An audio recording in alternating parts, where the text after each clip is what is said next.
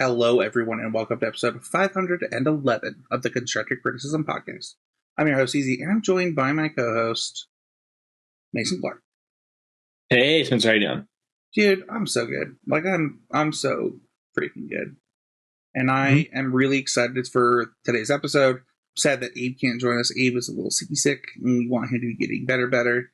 I'm excited to kind of talk with you about a topic that I think is pretty valuable, and it's something that comes up in coaching a lot for me.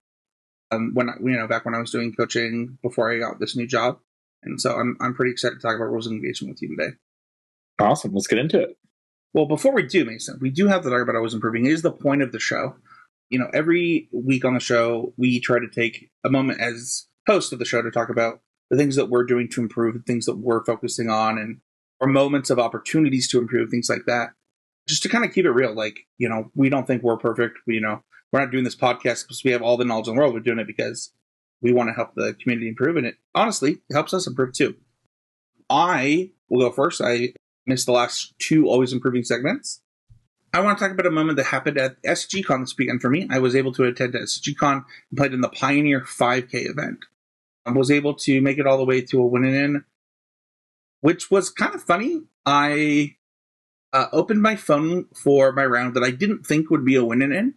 I noticed the points that I got paired up. I was like, oh, that's really good for me here. And then saw the name was Ruben Zoo. And I was like, did somebody steal Steve Rubin's name in NTG Melee? I sat down and it was in fact Steve Rubin. And I was like, okay, let's go. It was really fun. For those who are like post-pandemic players, Steve Rubin is a former Platinum Pro, was a member of Team Face-to-Face Games, top-aided. I think he has 3 Pro Tour top 8s. And a win. And a win, yeah. So just outstanding player. And it's always really fun when you get the opportunity to sit down against like a really great player and like watch the way they work. So really exciting opportunity for me. Anyway, we were in game 1.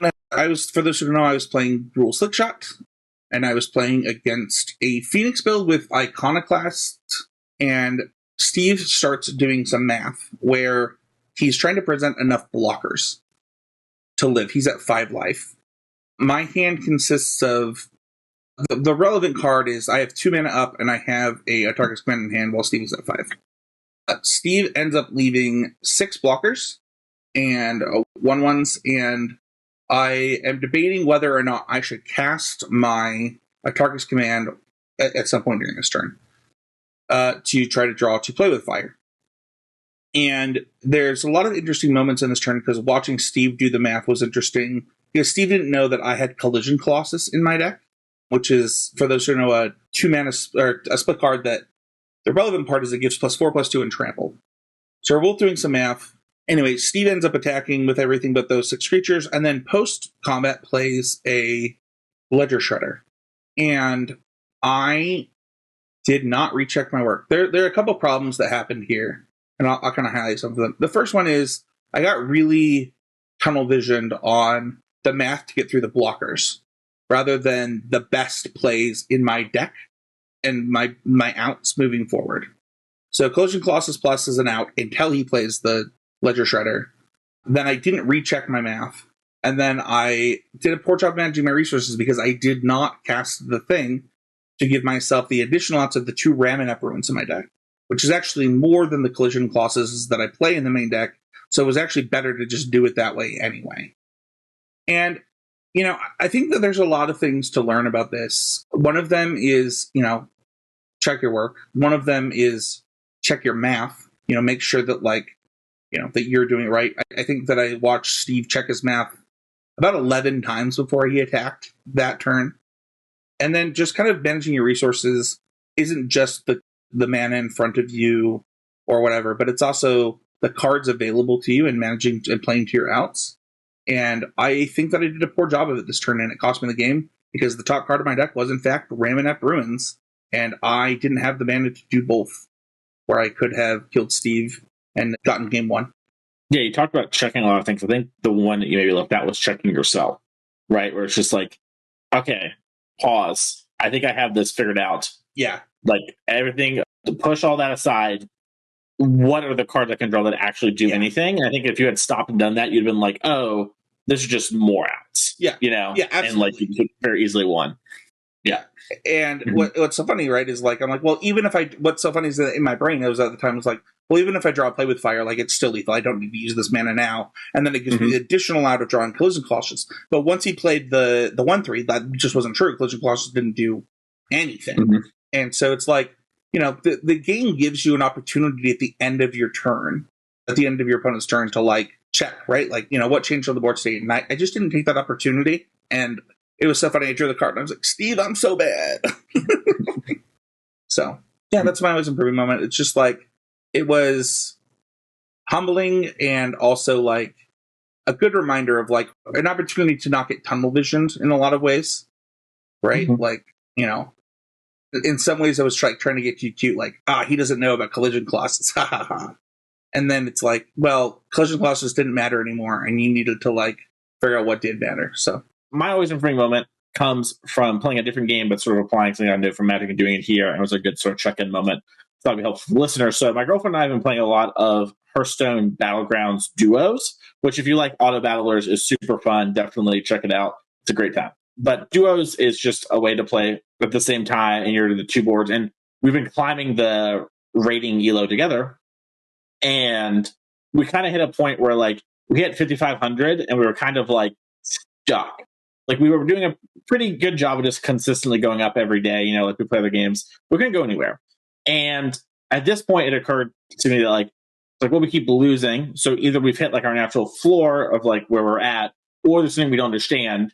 And we should go and check out and try and watch other content creators and see what people who are like the highest level doing. Maybe this is a situation where if we don't put in more time, we can't go any further. That's fine. But like there might just be some strats we're missing. And so I kind of mentioned this to my girlfriend before I went off to go do some stuff. And she went out and actually kind of put into practice where she went and was like, well, I will watch, whoever and try and learn some stuff. And so she watched a couple videos and then came back and was like, hey, this sort of stuff really helped. This is what I think. And then from there, very easily went from 5,500 to 6K in just a couple of games. So the always spring moment is you're going to hit plateaus and walls.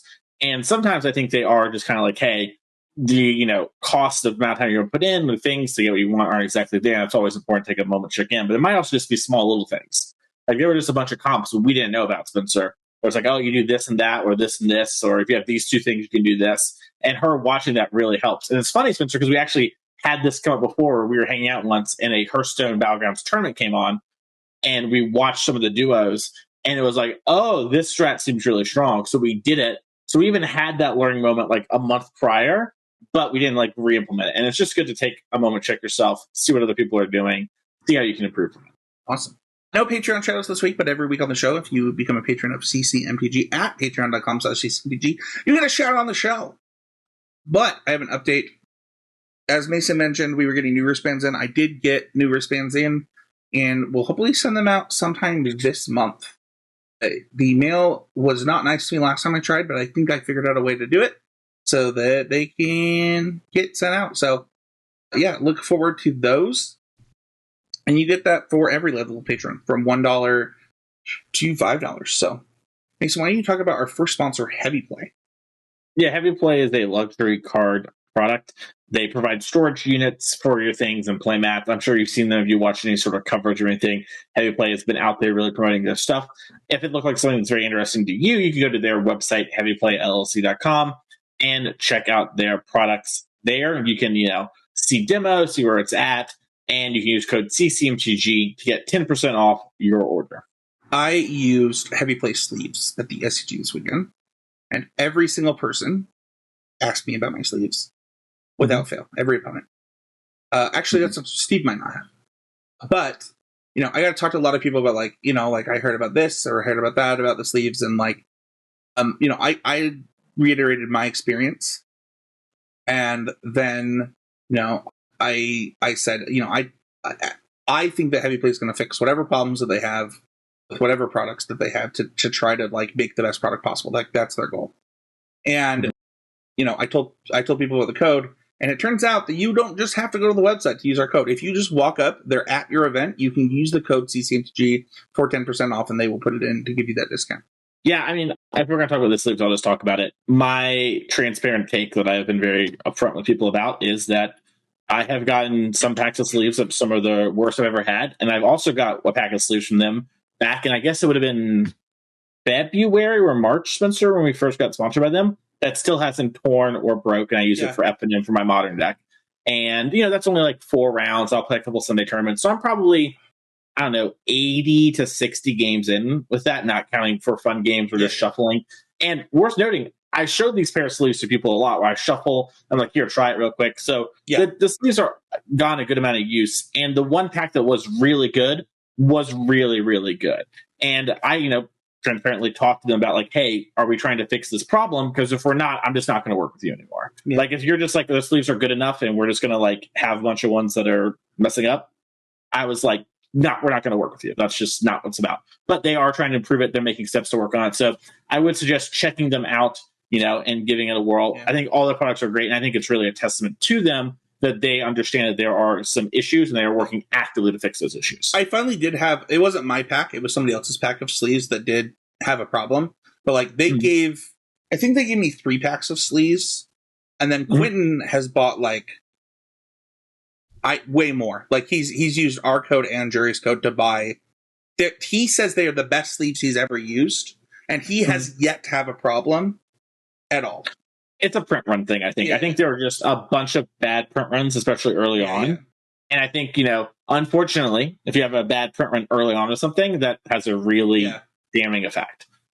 So I would suggest, hey, even if you're not ready right now, give it 4 or 5 months, come back and try it then. Because if they perfect it, I think they are unironically the best sleeves on the market. Yeah. And we're just on a journey. And it might not end up that way. Yeah. But I think we're on the journey. I know for a fact that one of our listeners did buy sleeves using our code.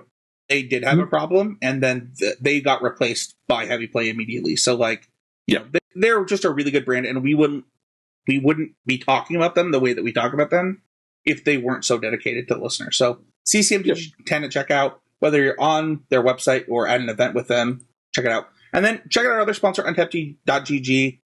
I've been playing a lot of Magic on my phone recently, and I don't have an GG on there, Mason. And I realized that I might be a little crutch. Like, oh, you definitely are. The way I heard, you're just like, I'm always checking it. I'm like, dude, you gotta use your brain. Yeah, I mean, you gotta use that brain. Double check yourself. Is literally that, right? Like, it's literally you didn't look at percentages on the left hand nav to tell you what your outs were. So yeah, it reminds me a lot of like if you play chess online, there's like the help button. The computer. Just like close it, and then when you're like you're not sure, just check it out. And be like, oh, there it is. Or like, oh, this is what that card does again. Yeah. So if you look on the Google, but I love their overlay. I think it's like their plugin is so good, and every time you sign up for an account, it really helps us out. And then with Modern Horizons 3 coming, you're gonna want that draftism. Upgraded account. I think that it really does help. And when you sign up, you actually get that for free to try. So go sign up if you haven't used it yet and jump into the arena streets. Now sit back and enjoy us talking about rules of engagement. So I had to look up like the historical context of this, because obviously rules of engagement had to come from like some military, great general, right? Well, formerly, rules of engagement refer to the orders issued by a competent military authority that delineate where, how, and against whom military forces may be used. And then they have implications of what actions soldiers may take on their own authority and what directives may be issued by a commanding officer. So I thought this was really interesting because it really helped me lay out, like, what does that mean for Magic? How do we translate, like, this thing that involves all of these moving pieces and all of these people and translate to Magic? And then I thought to myself, well, Magic has all these moving pieces. That's what a format is. It's a bunch of moving pieces, and people are choosing different, weapons and strategies to bring to that. So I'd like to present 5 things that I think that translates from straight this military idea into Magic. Are you ready? Mm-hmm. So the first is, what can I do? We're entering a format. Let's, for the sake of listeners, because it's Pioneer season, we'll make everything Pioneer. We're entering this Pioneer format. And I'm asking myself, within this space, what can I do, right? I think what I mean by this, Mason, and tell me if this aligns with you, is like, this is like the things and the strategies that I'm like basically allowed to bring and win. Like in Pioneer, like I probably can't show up with like mono blue mill. Like that's not going to work out for me. Yeah, I feel like what can I do to me is basically the same, where it's kind of like, what are things available to me in this format, and sort of like tent poles of the format. So like an example might be treasure cruising or vein rippering or, up the beanstalking or slickshot show offing. Those could be like things where it's like, what are the like things available that are pillars and that I can build my deck around that I need to be kind of aware of. Yeah, I think so too. And I think that, I obviously this kind of changed the Pioneer recently, but like, the mana bases, like that's a thing like that dictates what you can do. Like, I know that we have these 5-color decks, but their mana bases are very probably different than what you expect. And what we don't see in this format that we see in a lot of other formats is like 3-color decks. Like there's not a lot of 3-color decks in Pioneer. And the mana has dictated that like that's not the optimal way to be playing this format. Yeah, and it's interesting because I think people sometimes are like, well, why can't I, right? And it's like, well, the reason you do it in formats like Modern is because the fetch lands really enable that, right? Like fetch plus shock really helps you build 3, and then thanks to Triumphs, 5-color decks. And if you look at Pioneer as an example of kind of like what can I do and sort of go through it, right? It's like, well, I can play monocolor decks really easily with high payoffs. I can play 2-color decks really easily, and I can play 5-color decks. Because it turns out it's a lot easier to go to 5 colors with like Triumphs and things like that than it is, and kind of really being, 3 colors splashing in a way. But like you do play all 5 in good amounts. But like that is actually a lot easier than being 3 or even 4 colors. Okay. So I'd like to come back to some of these points, as we get into this episode, because I think we identified the rule of engagement in Pioneer. The next thing that I want to talk about is like, when can I do it? So like you talked about, like how it's not just like macro archetypes or mana bases, but it's all, treasure cruise or like, slick shot show off, right? These are things that like, when can I do these things? Like when is slick shot the right answer? When is no more lights the right answer? When can I do these things that we've identified as important or that are things that I can do? Yeah, and I think when you're like looking at that, it sort of ties into the next one, I think, really closely. So maybe it's best to even like talk about that one, sort of combine these together. Yeah. Because the next one is sort of what matters, right? And, tell me how you feel about this, Spencer, but to me, like what matters are sort of those pillars manifesting themselves in decks, right? And like what matters is like, okay, what's the removal like? What's, the threats are like? What are the, sideboard options like? What is the mana, like those sort of things, these first two really tie into this. And when I can do something really is dictated also by what is going on. If, for example, there are a lot of decks that don't have a lot of early spot removal and are trying to play longer, grindier games, then something like Slickshot Show Off really goes up in value, right? Your opponents are trying to, play heavy 1-for-1 games. Treasure Cruise goes up in value.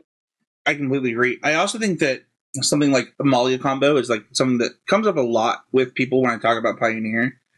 And, there's like this thing where Amalia seemed like, how will I ever beat this deck? Like what's going to end up happening? And it really took advantage of the rules of engagement of Pioneer when it came out, right? It very much came and said, well, like, even if you kill this thing, I'm just going to bring it back. And if you don't, you just die. And it really taxed people in a lot of ways. And decks like, with Mono Green Devotion at the time being so prevalent, it was like they just didn't have a way to even touch this. And I think about, the state of Pioneer right now, for example, and we look, you brought up, Gruul Aggro, you brought up Phoenix, and one of the reasons that I played Gruul this weekend was because I have noticed just a lot of Yorion. Like there's just people really love that card. They really have identified with it, and and because people also want to, because of the way that people want to fight it, the things that mattered to me and the things that I could do dictated that I wanted to continue to like press advantages. So that was interesting to me. Yeah, and like very similarly, like, I'm already qualified for the RC, but I've been playing some RCQs, and sometimes I like to play stuff that's a little more experimental in those spots. But like, I kind of want to play mono green this weekend because I, one, like mono green, but two, like, if vampires is incredibly popular, getting these incredibly large creatures and overwhelming them can be really difficult. And if your deck is low to the ground and they're playing Disdainful Stroke as their answer, then you can kind of go underneath the Phoenix decks as well. So it kind of looks like, oh, okay, I can do this for these reasons. There are other problems with the deck. I'm not going to say there aren't, which we'll kind of maybe go into as an example going forward. But it's like, these are why we're making these choices. You know what I mean? Yeah, I completely agree. So, once you understand, kind of translate this to like what matters, what can I do because of what matters, you get, that's the when I can do it, right? It's like, now it's like, okay, I know what matters. Now I can decide this is the appropriate time for this strategy or this tool. We'll just call them tools. I think the thing that happens, though, and I think that Amalia is a good example of this, is when does it matter? Like, when do I know that a shift has happened, Mason? So a good example of that might be like when the decks are dominant at the top of the format, interaction is at a different point more, right? So for example, when Amalia really popped off, it's right after the Karn ban. Rakdos was kind of, one of the default better decks people thought. We also just held off the Appraiser ban, and Phoenix is also up there. And one of the hallmarks of these decks was kind of like they would tap out, especially Rakdos would tap out a lot on turn 4. They'd be like, you play the Shieldred, or maybe turn 3 with Fable, and you had 2-mana interaction. And so I and many other players kind of learning in that matchup and kind of in the format in general, like, you can't be relying on 2-mana things and 4-mana things to stabilize you, right? 2-mana answers, 4-mana things. You need to have a lot more ones and less things that expose you while developing pressure on them. Else you might just die. So it's a lot about like, what are people doing on the turns and what are their answers to what you could be doing? A good example of this might even be like Quintorius Con right now, right? Where Quintorius, when it kind of has like its normal draw, does like a turn 4 kill, right? You just ramp ahead a little bit, you do your thing, you kill your opponent. Well, that really dictates, a lot of what's going on if it wasn't already sort of weak to some of what other people are doing removal-wise in the format. But if their removal didn't line up well against already, we would see people have to play more things like Torch the Tower maybe that could hit Quintorius. Yeah, I really like that. I think about that a lot when it comes to Hidden Strings combo, the Lotus Field combo deck, and like its placement in the format. I think that's worth hitting for it's worth. Like, Lotus Field to turn 5, you're dead deck, right? It can kill you sooner, but like, if they untap on turn 5, they are expecting to win. Yeah. So your deck has to be able to win by turn 5 in a Goldfish, or can interact meaningfully enough against one of these non-interactive decks to do your thing. Because I talk about how Quintorius in its best case sort of does that. Its average case is like probably turn 5. Yeah. So this is a good point. I think the last point of like how to transition this historical context image is like, how do I do the things that I want to do? And this might be a little bit outside the tools that we use, or maybe it's by picking the tools that you use in some cases, where it's like, okay, well, I want, like you just talked about, like having to beat Quintorius or having to beat Lotus Field, but like, okay, well, how do I do that? Like, when am I applying pressure? How am I applying pressure? And that, I think that is like the how do I do things part of things. Yeah, I think that's part of it. And I think the other is like building your sideboard and like the removal spells and things you want to use, right? Like, one of the things that jumped out to me was like, how do I do things? It's like, okay, let's take, for example, Graveyard Hate right now in Pioneer, right? Well, what's the best graveyard deck in the format? It's probably Arclight Phoenix, right? It's the one that uses its graveyard for the best as a resource while not being a traditional graveyard deck, right? Like, it does bring some stuff back, but like that isn't as necessary. So, a card like Grafdigger's Cage, well, that answers part of what the deck is doing, right? Like, it stops the Phoenixes, but it doesn't stop the treasure cruising. And so when it's like, how do I do this thing? It's like, well, maybe I want Cage because of Amalia, right? Like, the temptation is there. But now this is sort of a card that overlaps and isn't solving this one. So maybe I want something like Unlicensed Hearse or Go Blank. And the other factors in the format might really matter. So a good example, a different way to conclude this is like Amalia, I would say, is probably the second best deck that uses its graveyard as a resource right now. Greasefang's not really around. And because of that, Go Blank is actually an okayly reasonable card in your interactive deck because it's really good against Phoenix. You sort of, put them down some pieces. You take away their graveyard, which is the best way to refuel. It doesn't impact the board, but that's okay. They aren't impacting the board as much normally. They really need to have a Legislator do that in the early turns. And against Amalia, the other deck who kind of wants some graveyard hate maybe, they try to purposely not play their best cards up early, leaving them in hand. So if you have some interaction, and you might want to be like, okay, interact a little, and then Go Blank you before you deploy your your refuel card or something like that. And now you also lose all your extraction specialists off the top. Love it. I want to talk about application in a second. I think that we've covered some of that, but I want to dive into it. We're talking about what we just covered is what can I do, what matters, when can I do it, and when does it matter, and then how do I do things from here. And this is where I think the application really hits home. Mason, the how do I do things, portion is one thing, but how do I identify them?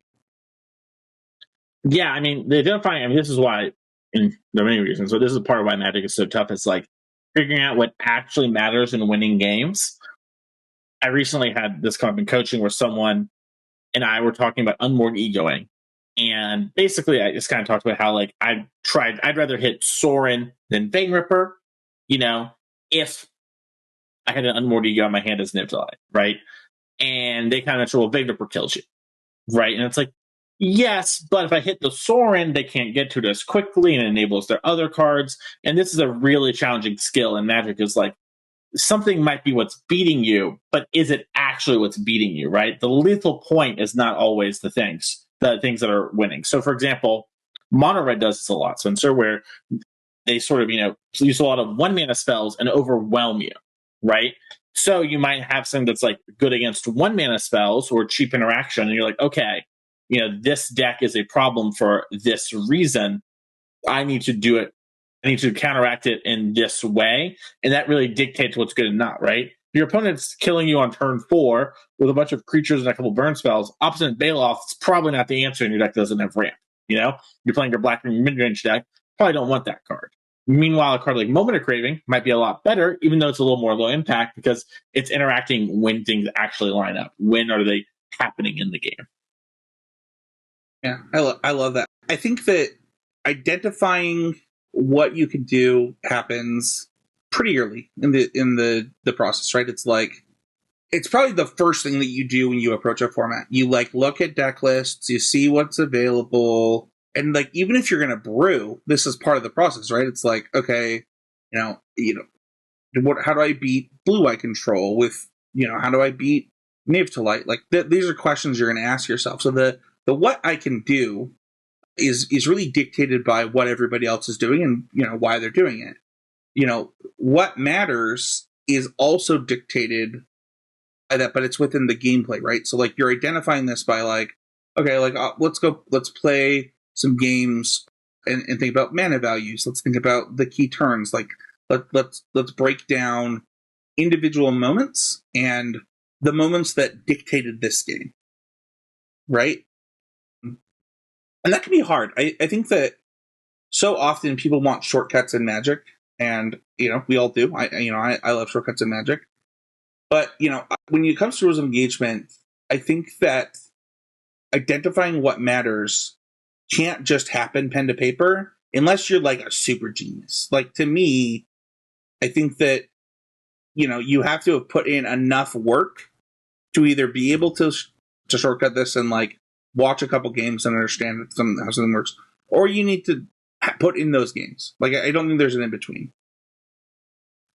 Yeah, I think you need to put in specifically games where you're testing. I think this is part of the problem. It's I think playing Arena, for example, doesn't really help this. We're disregarding Pioneer Explorer. Sure. Pretend it's the same. Moto's the same. If you're just jamming randomly, it's a lot harder to test these things than it is when you're playing against someone who has a shared goal with you. Yeah, right. I agree. And I think so. It is very tough, but it's also important to note this is why we talk about practicing in those kind of ways versus just jamming leagues. And like when people say jamming leagues is noise, this is what they're kind of talking about. Like it is much harder to get information, and it can be very easy to get sort of white noise, staticky stuff from them.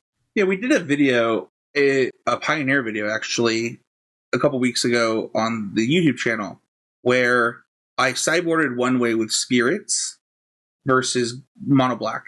And then halfway, like the literal next game was like, okay, I was wrong. This is actually what the matchup is about. And I fixed it for the video. And like that happens by like playing the games with somebody under and like having a focus on this thing and more, as Mason, you like to call it, focus testing. Like this is not about winning or losing. This is about focusing on identification of these things. So, then kind of like everything kind of falls in line after that. That's once you have what you can do and what matters, it's up to you to dictate like when you can do it, and kind of, when does it matter? And that's that, we talked about mana values and like key turns and things like that. That falls in line with that.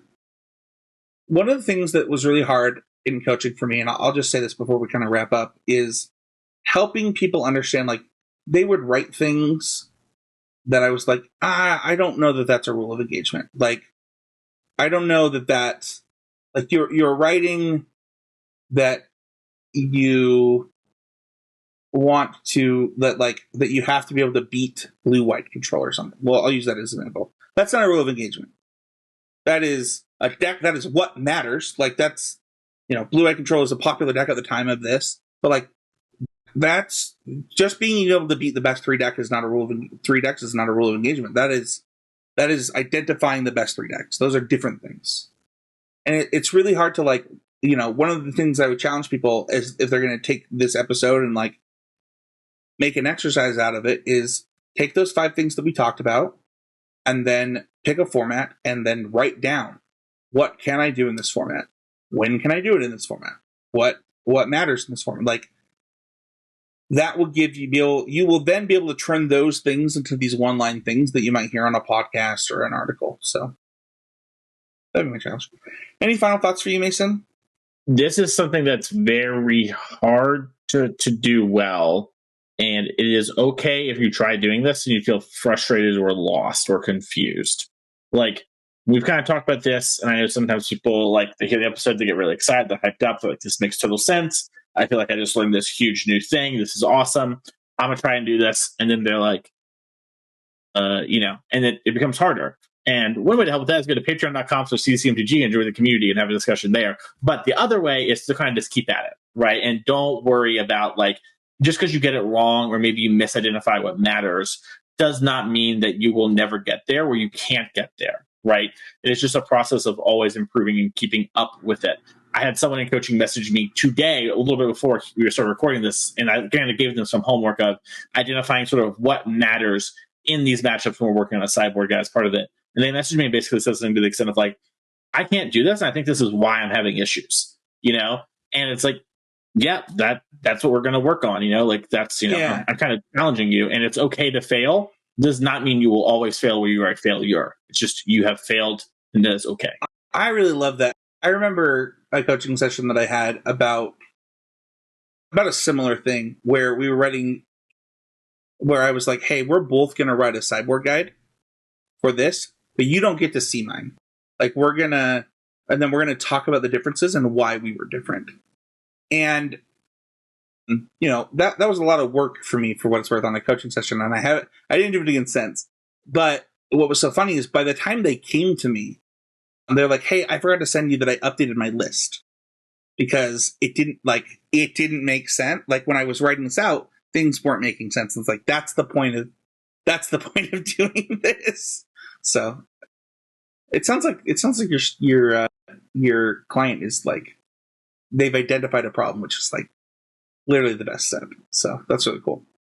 Yeah, I think that is going to wrap it up. What I'll do, for those who are interested, is I will put those in the order that we switched them to in the show notes so that you can use that for reference. And I'd love to hear people's results for this. But that's going to do it for our training rounds. Let's move on to our Patreon question. If you're a patron of $5 or more, Mason, you get access to the Patreon question. And I think the two of us are the perfect people to answer this question. Big Dax, as we call him, Dexagos, asks, if we replace draft with boxing in the Pro Tour, between the three of you, who would win and why? And I believe there are only two correct answers of the three of us. But I think there's only one, so I'm curious to hear what your two are.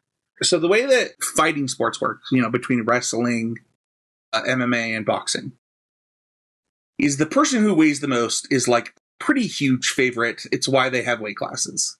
Mm-hmm. It's like a substantially huge benefit. So far, we're in total agreement. Yeah. The other thing that matters, and why I said that there's two things, is reach.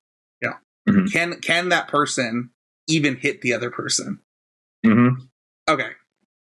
So to me, that would just eliminate Abe. Like, he just is not involved in this conversation. Abe has more reach than you do, though. That's the thing. I would slaughter him. Well, yeah, but the problem is you have the weight on Abe. Oh, by 100 pounds. Like, okay. It would not be a close fight. Yeah, Abe might be the healthiest of us. Oh yeah, absolutely, no question. But he is not winning the most healthy, maybe the most fit. I don't know his routine, but also he's just at a huge disadvantage.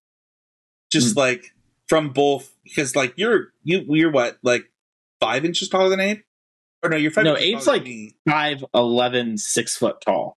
Is he? Abe is much. Yeah. Abe is about my height. Okay. I'm 5'8", for those who don't know. I'm literally 6 inches shorter than Mason. Yeah. So to me, Mason would win from reach, is my answer.